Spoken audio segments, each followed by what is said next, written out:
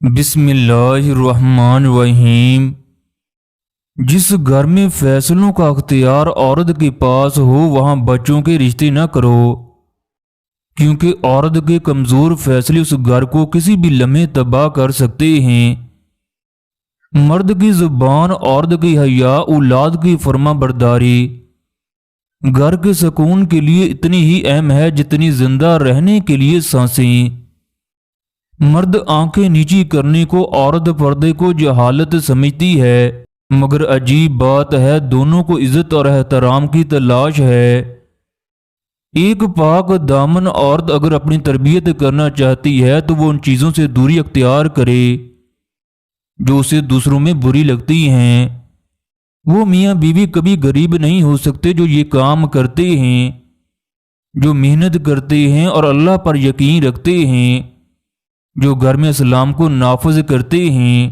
نظر کا گناہ ایسا گناہ ہے جو عبادت کی لذت چھین لیتا ہے۔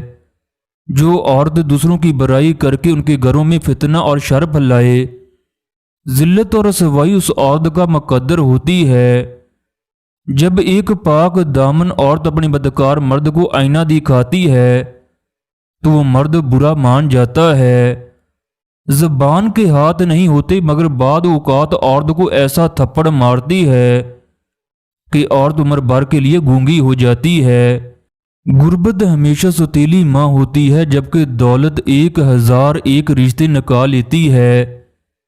عورت کا اخلاق، زبان اور سوچ بتا دیتی ہے کہ وہ پڑھی لکھی ہے یا ان پڑھ۔ جب ایک عورت ایک مرد سے سوال کرتی ہے تو اس کا مطلب یہ نہیں ہے کہ وہ تم پر شک کرتی ہے، بلکہ وہ تمہارے قریب آنا چاہتی ہے۔ اپنا غم ہر کسی کو نہ بتائیں، کیونکہ اگر مرہم کسی کے پاس نہ ہوا تو نمک تو ضرور ہوگا۔